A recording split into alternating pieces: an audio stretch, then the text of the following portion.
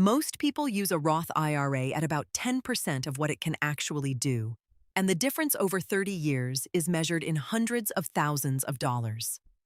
7 moves separate the people who quietly build $1 million of tax-free money from the people who open the account, put in a few $100, and forget it exists. Quick note, before we start. I am not a financial advisor. This is education and not personalized advice, and the tax numbers I mention change every year, so check the current ones before you move a dollar. The last move on this list is the one almost nobody understands until they need it. Start with the move that costs you nothing, and almost everyone gets wrong: when you contribute. The contribution limit for 2026 is $7,500, with an extra catch-up amount if you are 50 or older, and you have until the tax filing deadline of the following year to make it. So most people wait. They contribute in March or April of the next year, because that is when they are thinking about taxes. Here is what that costs. If you contribute on January 2nd every year instead of April 15th of the following year, you gain roughly 15 extra months of compounding on every single contribution.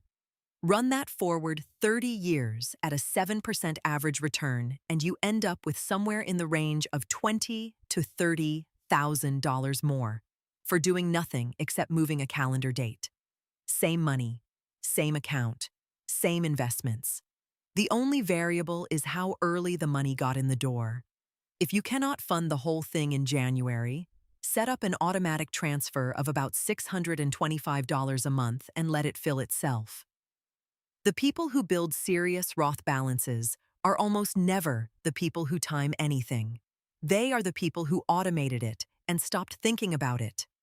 The second move is the one that unlocks the account for high earners, and this is where a lot of people wrongly assume they are disqualified. The Roth IRA has an income limit. Once your income climbs past the phase-out range, which sits around the mid-150,000s for single filers and the low 240s for married filing jointly, you are cut off from contributing directly. Check the current IRS numbers, because they move every year with inflation.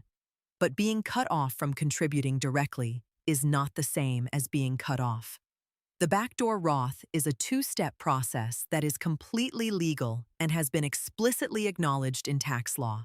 You contribute to a traditional IRA, which has no income limit on contributions, and then you convert that traditional IRA to a Roth. That is it.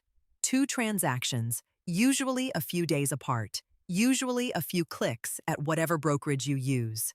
There is one trap: the pro rata rule. If you already have money sitting in other pre-tax traditional IRAs, SEP IRAs, or simple IRAs, the IRS treats all of them as one pot and taxes your conversion proportionally. So the backdoor works cleanest when your traditional IRA balance is 0 before you start. Some people solve that by rolling old traditional IRA money into their current employer's 401k first, which clears the deck. Third, and this is the version most people have never heard of, is the mega backdoor, Roth. The regular backdoor moves $7,500 a year. The mega version can move tens of thousands. Here is the mechanism. Your 401k has a total annual limit that is far higher than the amount you personally defer from your paycheck. That total limit covers your contribution, your employer's match, and after-tax contributions.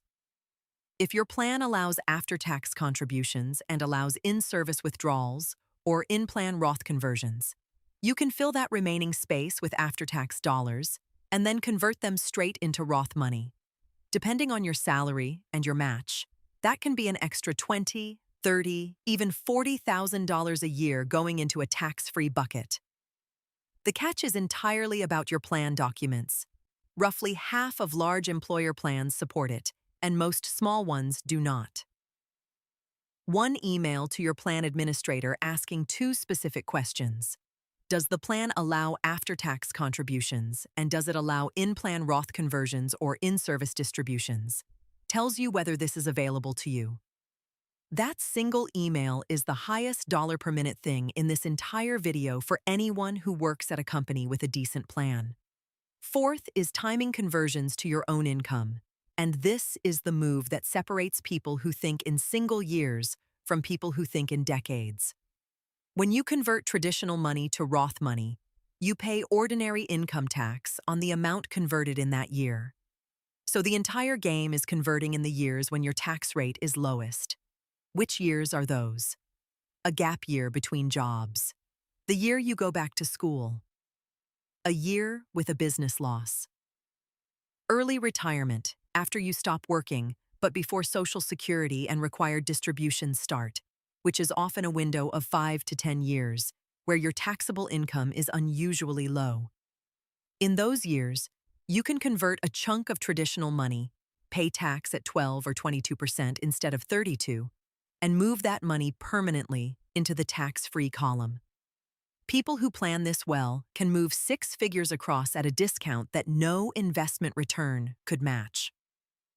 Fifth, use earned income that already exists in your household. A Roth IRA requires earned income, but it does not require that the person who owns the account be the one who earned it. That opens 2 doors. A spousal Roth IRA lets a working spouse fund an account for a non-working spouse, which effectively doubles the household's annual Roth capacity from $7,500 to $15,000. And a custodial Roth IRA lets a child with legitimate earned income, a real job, real wages, documented, contribute up to what they earned or the annual limit, whichever is lower. Think about the math on that second one. A 15-year-old who puts $3,000 into a Roth and never adds another dollar is looking at roughly $100,000 of tax-free money by the time they are in their mid-60s, purely from time. Time is doing all of the work there, and a teenager has more of it than anyone. Sixth, pay attention to what you actually hold inside the account, because a Roth IRA is a container, not an investment. The number of people who open one, deposit money, and leave it sitting in cash for years is genuinely alarming. Uninvested cash in a Roth is the most common and most expensive mistake in this whole category. Beyond that, there is a real argument for asset location. Because everything inside a Roth grows and comes out tax-free, the assets with the highest expected long-term growth are the ones that benefit most from being in there, while lower growth, income-heavy holdings get less advantage from the tax-free wrapper. You are not trying to be clever. You are trying to put the highest octane part of your portfolio in the one bucket where the government never takes a cut of the growth. And here is the 7th one, the payoff, the rule that changes how you should think about this entire account. Almost everyone believes a Roth IRA is locked until you are 59 and a half. That is not accurate. Your contributions, the actual dollars you put in, can generally be withdrawn at any time, at any age, with no tax and no penalty. Only the earnings are